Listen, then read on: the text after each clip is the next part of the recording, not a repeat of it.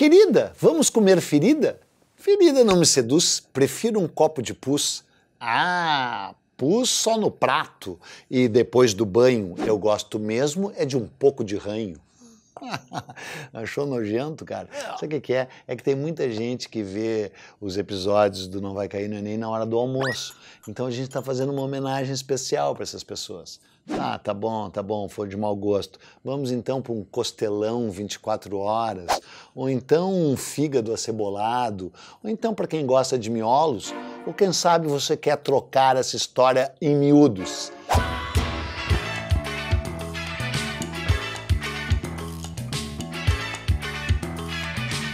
Vem comigo, você vai mergulhar no maior festim que você já participou na tua vida.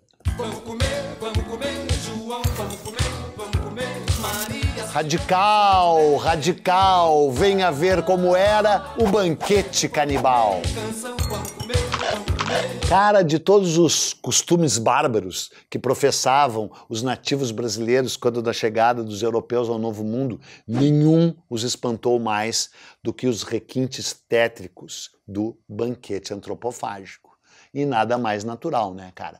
Embora o canibalismo não fosse prerrogativa dos nativos do Novo Mundo, e já houvesse, em casos de crise na Europa, episódios em que seres humanos, para sobreviver, comeram outros humanos, nada pode ser comparado às minúcias, aos requintes desse ritual eucarístico, cujo sacramento quase único era a consumação da vingança.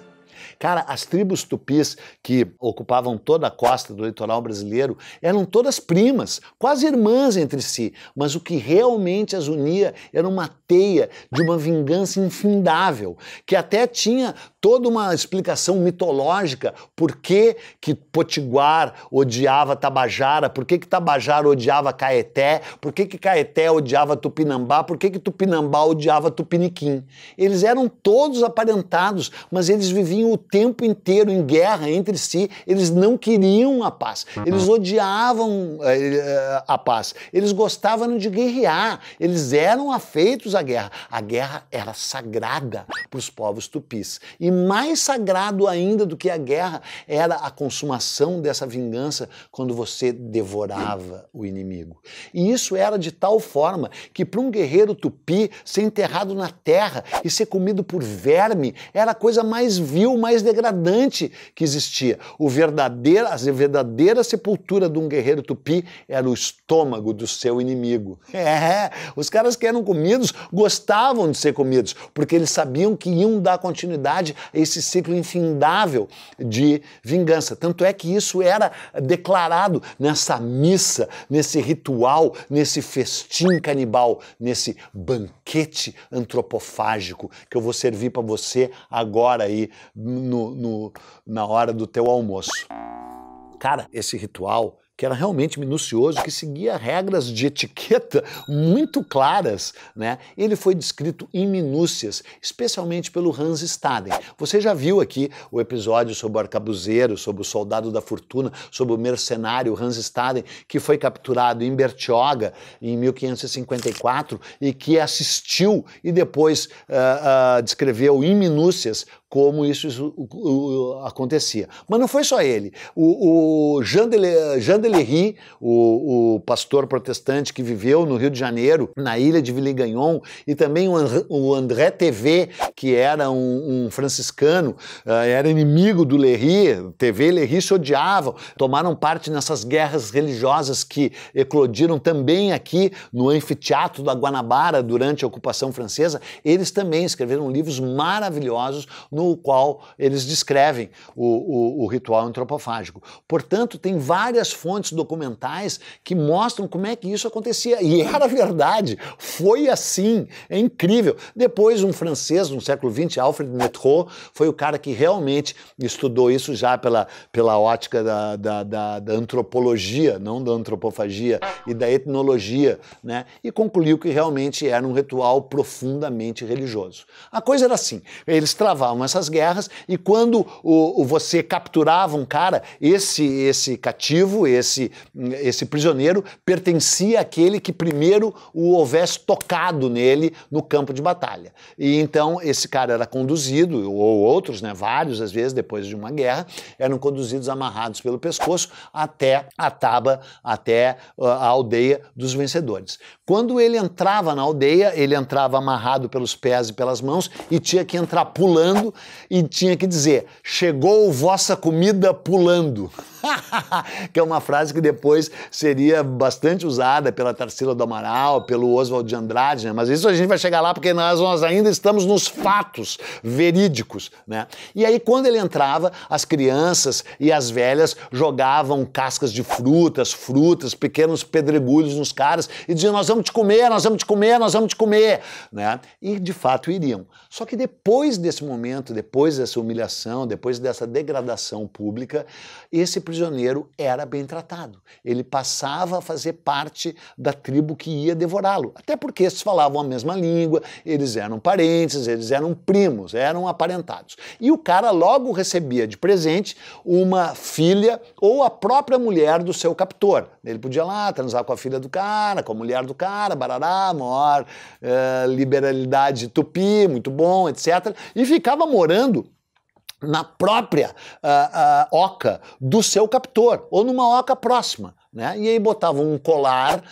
de corda, tem até o nome da corda, agora me esqueci, daqui a pouco aparece aqui o nome da corda, e essa corda tinha nós, e esses nós eram o número de luas que se passariam até a execução daquele cidadão, que daí ficava andando solto, porque fugir, como já falei no episódio do Hans Staden, era uma ignomínia impensável, era uma covardia imperdoável. Se o cara fugisse e voltasse para sua tribo, ele não seria aceito, iam mandar ele de volta, do tipo assim, perdeu o playboy, já era playboy, se deixou capturar, tal.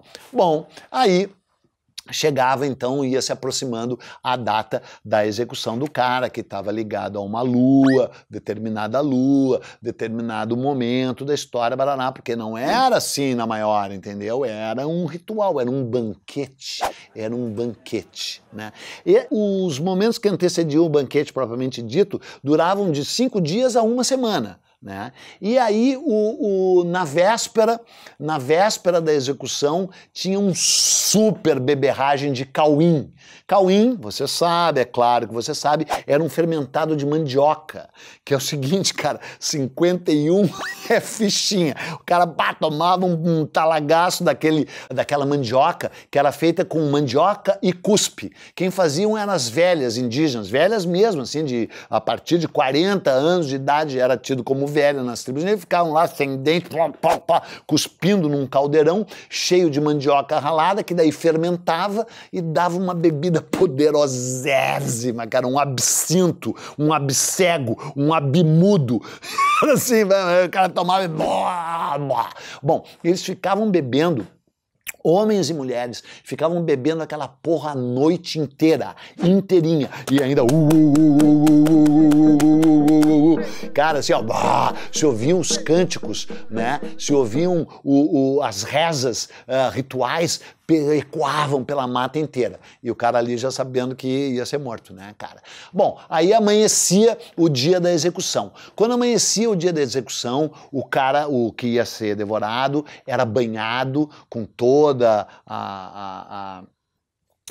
o requinte, banhado por mulheres, paraná, daí tinham os seus pelos depilados e aí cobriam, besuntavam a pele dele com uma substância escura lá que agora esqueci, tipo assim o urucum, essas coisas assim, sabe, tá? E aí depois cobriam ele de cascas de ovos, de várias, tipo purpurina, era uma purpurina de ovos assim, e um monte de pena. O cara ficava assim, que era o Clóvis Bornai, como eu sou um cara antigo, Clóvis Bornai. Aí deixavam o cara fugir. Era muito engraçado, e fazia parte, porque o cara ali era o ator principal da história e ele incorporava o seu papel, ele já sabia que era assim. Aí ele fugia pelo portão principal da taba só para ser capturado de novo, logo em seguida ali, levado de volta pro centro da taba. Aí tava toda a tribo reunida, e aí ali naquele pátio gigante, imagina a vibe, entra na vibe, meu irmão, tá começando agora. E aí então tinha um momento de um grande discurso. O carrasco que ia executá-lo, que em geral era o próprio cara que o tinha capturado, estava vestido com um manto tupinambá, meu irmão. É um manto de guará e de penas de tucano, um manto afu, cara. Existe um desses mantos sagrados, o único que sobreviveu, está em Copenhague, na Dinamarca, né? O único sobrevivente, e penas de arara, era um manto incrível. Daí o carrasco, que já estava doidão, né, cara? O carrasco já tinha ali, verão da lata, tal, ele ia lá no mar, pegava umas latas que davam naquela época, o mar era tão incrível que mandava latas pro litoral brasileiro. Eu abria a lata, tinha erva mate, erva que não mate, e aí o carrasco já estava doidaço, não só de cauim, como também ele ficava retirado num temascal. Sabe o que é temascal, Ananás? É uma tenda que ficava cercada lá, toda fechada, e vinha uma fumaceira, e o cara...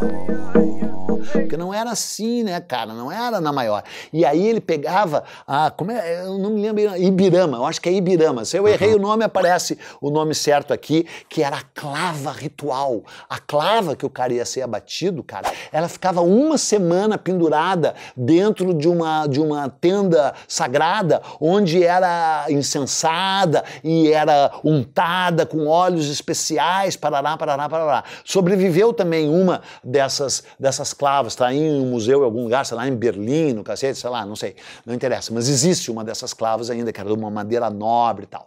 Bom, daí o carrasco, eu não sei se era bem o carrasco, mas alguém perguntava pro cara que ia ser executado: tu és ou não és nosso inimigo? Cara, sim, sou inimigo. Inimigo ferrenho? Sim, inimigo ferrenho. Tu é colorado, desgraçado? Cara, sim, sou colorado. Então, nós somos gremistas, nós vamos te matar. E aí o colorado respondia: não, mas eu também já matei vários de vocês em vários grenais. Eles ficavam discutindo assim, o cara dizia: já matei fulano, já matei Beltrano, não sei o quê. E o cara disse: pois agora serás morto e serás devorado por nós. E o cara respondia: sim, mas a minha tribo vai vir aqui, vai me vingar e vai devorar vocês também. Ah, tá, mas agora quem vamos devorar é você. No meio dessa conversa, o cacique, que já tinha entrado na tábua com os olhos revirando, doidão, vinha e paf, desferia a clava na nuca do cara, pelas costas. O cara sabia que ia morrer. Mas, não, antes, desculpa, esqueci. Ele estava preso por cordas na sua cintura. Não que ele fosse fugir, mas fazia parte do ritual. Um puxava para lá, outro puxava para cá, outro puxava para cá, outro puxava para lá. Os 4 pontos cardeais, com essa corda também ritual, enrolada no ventre dele. E aí o cara vinha por trás e pof! E aí, puf! Estourava a mufa do fulano. E o cara, pum, caía morto, né? Pelo menos era rapidinho. Aí velhas mesmo, de mais de 50 anos, vinham correndo e recolhiam o sangue e os miolos em gamelas, em tigelas. E aí, cara, o sangue tinha que ser bebido ainda quente. Então elas passavam o quente, todo mundo, e aí, já comia os miolos que tinham sobrado ali. Vamos comer, João, vamos comer. Aí pegavam o cadáver e o corpo, né? Cadáver nada, cara, o corpo, o maná, pegavam a hóstia, sim, cara, a hóstia, aquilo era uma hóstia. Afinal, né, cara, os caras não, na religião aí católica, o cara não diz assim: sangue de Deus, corpo de Deus. Tá, inclusive vou ter que abrir um parênteses, cara, Tu sabe o que os astecas disseram quando viram que os espanhóis, que os europeus bebiam o sangue do seu próprio Deus e comiam o corpo do seu próprio Deus? Disseram: cara, é o povo mais bárbaro que existe. Eles comem o Deus deles. Tá? Chama relativismo cultural. Exatamente. Então eu posso e digo e repetirei que aquele corpo ali era uma hóstia, era um ritual eucarístico, era uma deglutição sagrada, era uma incorporação de uma entidade ao teu próprio corpo. Aí o cara tava lá mortão, barará, pegavam o corpo dele e escaldavam. Já tinha um caldeirão assim, de água fervente, para poder facilitar a raspagem da pele. Daí tiravam toda a pele, barará. Cara, espero que tu esteja na hora do almoço, porque é agora que vai começar a ser servido o nosso banquete. Daí escaldavam o cara, tiravam o corpo escaldado e levavam pra grelha. Ele ia ser assado. Daí começavam a assar. Daí, pá, já dá aquele cheirão de churrasco gaúcho, né, cara? A gordura pingava na brasa, fazia neguinho já, vai começar. Tiravam o cadáver da grelha, né? Abriam as costas pelo dorso, abriam as costelas, né? Não, eu esqueci de um detalhe importante. Na hora que escaldava, enfiava um pequeno bastão numa parte de baixo, assim, para evitar a excreção, quando estava sendo escaldado e depois quando estava sendo assado também. Daí viravam o cadáver de costas, já assado, abriam pelo dorso e abriam as costelas, né? Depois viravam e aí abriam o ventre e aí tinham os intestinos. Os intestinos eram oferecidos às crianças. E aí as crianças, oba, intestinos! Né? Eu reclamava muito quando a minha mãe me dava miúdos. A minha ex-mulher, mãe da minha filha, também ficava revoltada quando davam miúdos para ela. Mas é o seguinte, né? Criança tem mais que comer miúdos mesmo, né? Os índios jovens tal, e adultos deviam dizer para as crianças, ó, o bom mesmo é o intestino. Deixa que a gente come as costelas, os braços e as pernas. Porque, de fato, o pernil, né, cara, a costela 24 horas e os braços eram comidos pelos adultos, né? Tinha todo um ritual. Por exemplo, a língua e os miolos eram comidos pelos jovens guerreiros, bem jovens mesmo, 14, 15 anos de idade. A pele em torno do crânio era só para os grandes guerreiros, e a língua. E os órgãos sexuais eram para as mulheres. Cortava ali, tarará, o salsichão, tarará, salsicha com ovos, etc. E aí isso era para as mulheres. As mães com filhos recém-nascidos banhavam suas mãos no sangue e passavam nos seios e davam de mamar para os bebês com os seios recobertos do sangue do recém-abatido. As crianças pequenas também eram chamadas, participavam todas e comiam, e elas tinham que botar a mão assim nas tigelas onde havia o sangue que aquelas velhas tinham recolhido, e aí pintavam toda a cara assim de sangue e clamavam e gritavam pela vingança. E tudo isso é óbvio com trilha sonora, né, cara? Trilha sonora, né, cara? Tá, basicamente flauta feita pelos ossos de caras que já tinham sido comidos antes. E tambor, os nativos estão alvoroçados, né?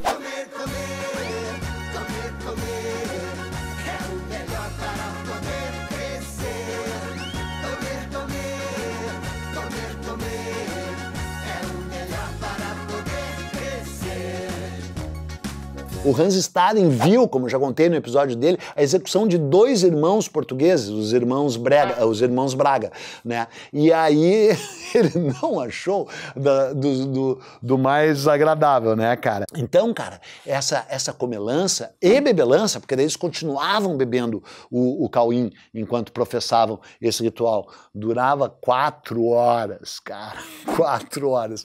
E depois era a hora da sesta, cara, falando sério, cara, eles caíam assim, ó, pof, cara,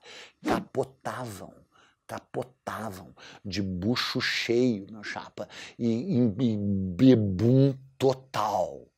Agora tu imagina, cara, tu vê isso, tu presenciar isso, né? E aí também tu imagina que coisa incrível 400 anos depois, esse cara, o Alfred Métraux, interpretar isso desse jeito, desse relativismo cultural que eu falei. O grande Alfred Métraux foi um dos pilares do chamado relativismo cultural. Em 1928, ele escreveu um livro maravilhoso sobre o ritual antropofágico chamado A Religião dos Tupinambás, seguindo esses preceitos. Relativismo cultural, mané, é uma perspectiva da antropologia de acordo com a qual um determinado povo ou cultura não deve, nem pode, avaliar o outro a partir dos seus próprios valores, como se esses fossem um padrão a ser seguido. Viva Métraux! Viva o relativismo cultural! Óbvio que é horroroso, óbvio que é amedrontador, mas tinha todo um contexto religioso e era consensual, cara, tipo sexo SM, assim, entendeu, cara? Era consensual. O cara que era morto pra ele era uma honra ser morto, porque ele sabia que ia dar continuidade a uma coisa que para eles era ancestral e que já estava acontecendo há mais de 500 anos, entendeu? E eles travavam as guerras tribais entre si só para capturar inimigos, ninguém queria exterminar ninguém, pegava lá meia dúzia, entendeu? Cara, uma história louquíssima, né? E aí ela ainda ia adquirir um outro desdobramento quando, você já viu também no episódio do Hans Staden, quando o Eduardo Prado, que era um ricaço, um dos criadores da Academia Brasileira de Letras, adquire o livro original do Hans Staden, livro publicado em 1557, um dos primeiros best-sellers da história da humanidade, tanto é que, e o motivo pelo qual ele virou esse best-seller foi porque ele descreve isso que eu acabo de te dizer. Tu imagina tu ser um europeu, assim, o Michel de Montaigne, cara, o super filósofo, o Thomas More, o Erasmo de Roterdã, esses caras leram isso, cara, e tinha acontecido há meia hora atrás, os caras, Deus o livre! E tu imagina o Pô, Varel, a Gentalha e os marus que viriam navegar para o Novo Mundo sabendo que isso acontecia. E o mais incrível, cara, é que isso só acontecia desse jeito no Brasil. Nunca houve um ritual antropofágico, um festim canibal nesses moldes como no Brasil. Só no Brasil. Só os tupis faziam isso. Várias outras tribos comeram gente, várias outras tribos eram canibais, mas assim, por exemplo, os Yanomami, eles comiam eles cozinhavam, eles assavam o cara até virar pó, e aí misturavam com banana. Ah, coisa de boiola, né, cara? Homem que é homem, come desse jeito, e criança que é criança, e mulher que é mulher, come neguinho assim. Então, desse jeito, só havia aqui no Brasil. Né? Tu imagina os caras que iam vindo pro Brasil. O livro foi publicado no Brasil por causa do Eduardo Prado. O Eduardo Prado era pai do Paulo Prado. Paulo Prado foi o cara que financiou a Semana de Arte Moderna, que também era um ricaço cafeicultor paulista. E aí, através do Paulo Prado, o Oswald, a Tarsila, o Heitor Villa-Lobos leram esse livro, em 1922. E aí, cara, perceberam a metáfora, né? Perceberam a metáfora, disseram, em vez de fazer uma passeata contra a guitarra elétrica, vamos incorporar a guitarra elétrica. E resolveram, então, roubar toda a cultura europeia e degluti-la eucaristicamente e transformá-la numa cultura genuinamente brasileira. E assim surge o movimento antropofágico, que depois teria um desdobramento tropicalista ainda, né? Esses são os desdobramentos culturais desse evento que era genuinamente brasileiro, né? E no qual se destacou o Cunhambebe. O Cunhambebe, que era um líder tribal, um Morubixaba, um cacique que vivia aqui no Rio de Janeiro, disse que tinha comido 52 portugueses. Sensacional, meu querido canibal, né? Já falei aqui em um livro do Antônio Torres, né?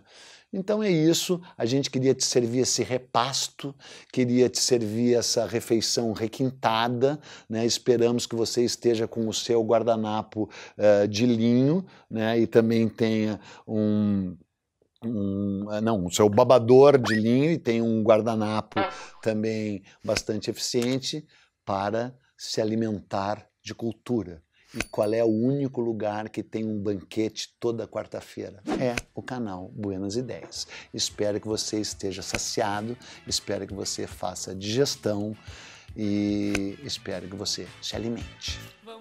Tchau. O que você acaba de ver está repleto de generalizações e simplificações, mas o quadro geral era esse aí mesmo. Agora, se você quiser saber como as coisas de fato foram, então você vai ter que ler.